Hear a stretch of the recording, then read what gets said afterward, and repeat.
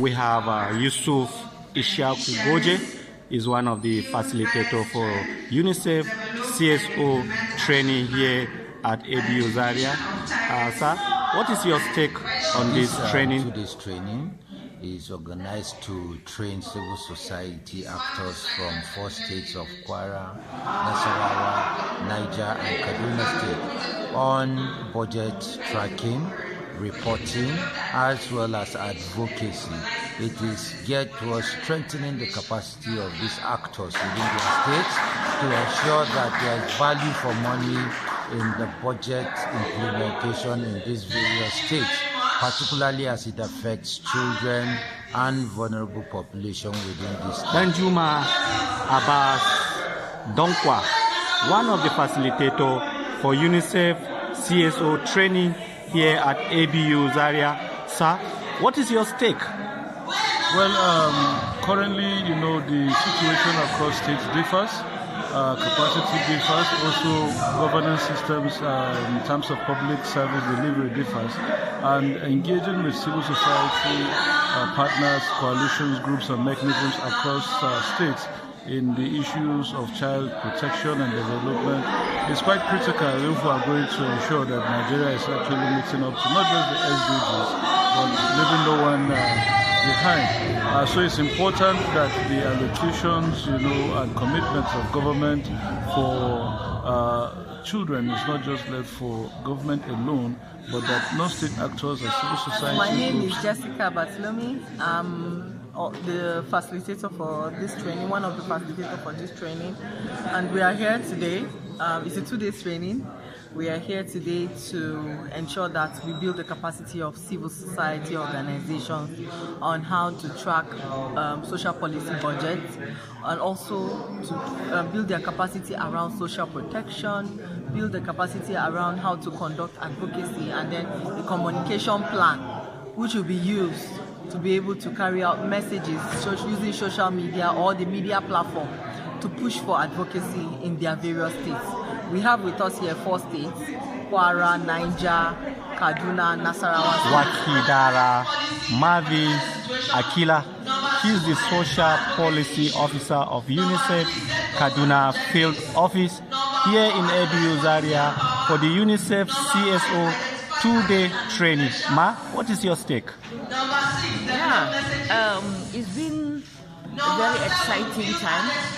We've been here to ensure that the capacities of CSOs in Kaduna, KWARA, Niger, and NASARAWA, is being built to ensure that children are being included in the budget moving forward 2025 and beyond.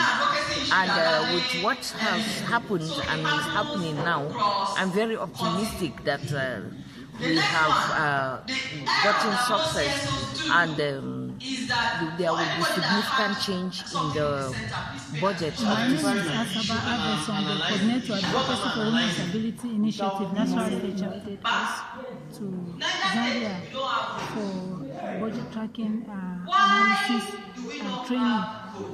As a person with disability, it's a wonderful experience. I'm Suleiman Abdul Aziz. I am the chairman of Joint National Association of Persons with Disability, Kaduna State, Jonathan. We are here because we are being invited by UNICEF under the Ministry of Planning and Budget in the CSO concerning the budget analysis.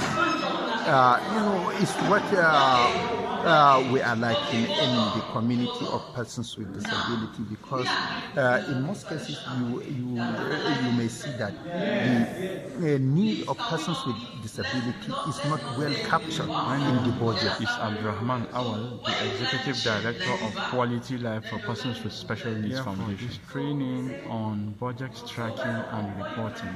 We have been highly involved here because we are part of the vulnerable groups, and empowering people like us with the knowledge we are being empowered with here will definitely help us in pushing our advocacies forward and assist us in tracking our budget and things that affect us. My name is Samuel Saidu Isadoko. the co-chair, Non-State Actors Open Government Partnership, Niger State. I've been here since yesterday, undergoing a training on social protection budget organized by UNICEF, and it has been very rigorous, and eyes have been open to so many things that we'll be doing correctly, living here, especially as it affects implementation of OGP, and then bringing civil societies together in Niger State to be able to effectively work on anything that affects children, especially in the area of budgeting. And that is why we're here. In the area of citizen engagement, involvement in budget. It became a novel thing, and for the first 2 years, we saw what impact we do the mobilization of the community structures. We know who and who to invite. We say, no, it's not a government thing. If it's for the people, allow us to call the people. Along the line, too, we're able to convince the people that if you're not part of this process, even if government has challenges, you may not really understand what some of these challenges are. It's not a platform for accusing the next person of doing anything wrong, but it's a process for all of us to be involved and see how we can drive the process to attain our goals and achieve results as a people and as a state. This year, we said, no, you cannot do all these things without necessarily subjecting the budget process to structures within the local government, people from different ways, so that they have input to the local government budget. And I think the whole of this is really helping us. You cannot separate CS from media. We are one. We have the government CS, which is the head of the Trial Appellate Commission. We also have a citizency that also serve as the OGP CS Commission. Citizens access to information. We have improvement service delivery in the health and education sector.